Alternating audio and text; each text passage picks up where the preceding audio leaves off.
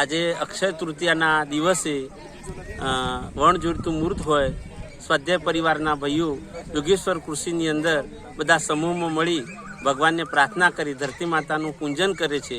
ખેડૂતો પોતાના બળદ હળ લાકડો લઈ અને ધરતી માતાનું પૂજન કરી અને ધરતી માતાનું પૂજન કરીને બીજ વાવવાના શ્રી ગણેશ વાવે છે. આજે અક્ષય તૃતીયાના દિવસે ધરતી માતા આપણને પૂજન કરવાથી ધરતી માતા આપણને કણમાંથી મણ આપે છે.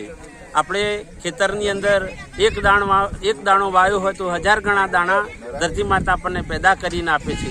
આપણે એ 20 કિલો ઘઉં વાવ્યા હોય તો 20 કિલોમાંથી આપણને 25 થી 50 મણ ઘઉં ધરતી માતા પેદા કરીને આપે છે. છતાં પણ ધરતી માતાની અંદર એવો ખાડો પડતો નથી.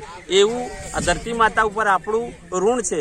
તો આજના દિવસે વર્ષોની પરંપરા મુજબ ધરતી માતાનું આપણે પૂજન કરીએ, ધરતી માતાને નમસ્કાર કરીએ. સવારે જ્યારે વહેલા ઉઠીએ ત્યારે ઉઠતાની સાથે આપણે ધરતી માતા ઉપર પગ મૂકીએ ત્યારે ધરતી માતાને નમસ્કાર કરીને ધરતી માતાને આપણે પૂજન કરીને આપણે પહેલો પગ મૂકવો જોઈએ. અને આજનો દિવસ શુભ દિવસ ગણાય, ખેડૂતો માટે આનંદનો દિવસ ગણાય. અને આજના દિવસે ખેડૂતો પોતાના હળ લાકડો, કોદાળી, પાવડા, ત્રિકમ અને આ બધાનું પૂજન કરીને ખેતીની શરૂઆત કરે છે. અને આજનો દિવસ એ શુભ દિવસ કહેવાય. ઓકે.